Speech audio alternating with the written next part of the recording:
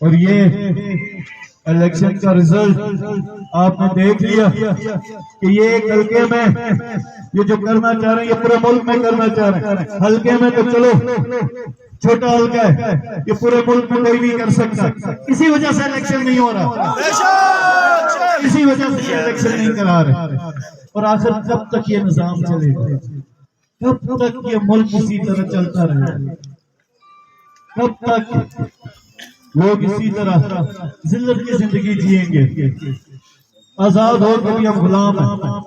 हमने एक ऐसा गंदा निजाम बना दिया है कि न वो निजाम नाफिज करने वाला खुश है, न जिस पर नाफिज हो रहा है वो खुश है। तो क्यों हम इस निजाम को इस मुल्क में चला रहे हैं? मेरा सवाल है कि क्यों, क्या जरूरत है? ये वायसराय, ये लॉर्ड्स और ये किंग्समैन का जो कल्चर है ये खत्म होना चाहिए, क्योंकि हमारे अपोजिशन इन्हीं के खिलाफ जंग लड़ी है। सब बराबर है, सब बराबर है, कोई बड़ा छोटा नहीं, किसी की मर्जी नहीं चली, मर्जी सिर्फ आईन और कानून की चलेगी। तो मेरी एडमिनिस्ट्रेशन से दरखास्त है कि जल्द से जल्द रिजल्ट अनाउंस किया जाए और इस किस्से को खत्म किया जाए।